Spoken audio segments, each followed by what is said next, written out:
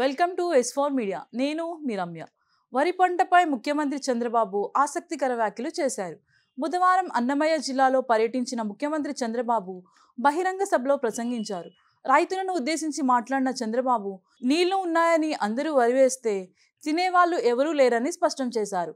ఇప్పుడు అందరికీ డయాబెటీ వస్తుంది, ఎవరు అన్నం తినడం లేదు, ప్రజలు ఎలాంటి తిండి తింటారో రైతులు దాన్ని ఉత్పత్తి చేయాలని చంద్రబాబు పిలుపునిచ్చారు. ప్రజలు మనం ఫోర్స్ చేయలేం, మీరే తెలివిగా ఉండాలని రైతులకు ముఖ్యమంత్రి చంద్రబాబు సూచించారు. డయాబెటీస్ ఉన్నవారు ఇప్పుడు ఎక్కువగా కూరగాయలు, మాంసం, కోడిగుడ్లు తింటున్నట్లు చంద్రబాబు తెలిపారు. రైతులను ఉద్దేశించి సీఎం చేసిన ఈ వ్యాఖ్యలపై ఆసక్తికర చర్చ జరుగుతోంది. ఇటీవల కాలంలో డయాబెటీస్ రోగులు ఎక్కువ అవుతున్నారు. తెల్ల బియ్యంలో తయారు చేసిన అన్నంలో కార్బోహైడ్రేట్స్ అధికంగా ఉంటాయి. దీనివల్ల షుగర్ వ్యాధి ఎక్కువ అవుతుందని శాస్త్రవేత్తలు చెబుతున్నారు. పిండి పదార్థాల వల్ల గ్లైసెమిక్ ఇండెక్స్ ఎక్కువగా ఉంటుంది.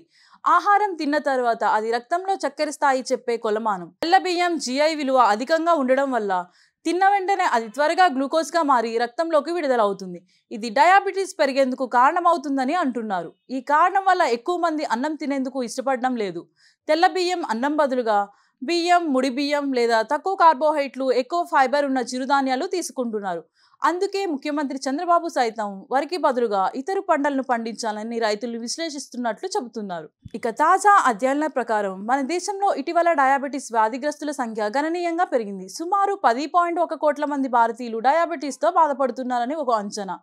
జాతీయ స్థాయిలో చూస్తే డయాబెటీస్ రోగుల సంఖ్య ఏడాదికి పెరిగిపోతుందని వైద్య వర్గాలు ఆందోళన వ్యక్తం చేస్తున్నాయి.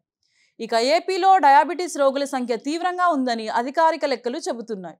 జాతీయ కుటుంబ ఆరోగ్య సర్వే వంటి నివేదికల ప్రకారం పురుషుల్లో సుమారు 10.5%, మహిళల్లో 8.7% మంది అధిక రక్త చక్కెర స్థాయిలతో బాధపడుతున్నట్లు వెల్లడైంది. ఇలాంటి మరిన్ని అప్డేట్స్ కోసం S4 మీడియా ఛానల్ని సబ్స్క్రైబ్ చేసుకోండి.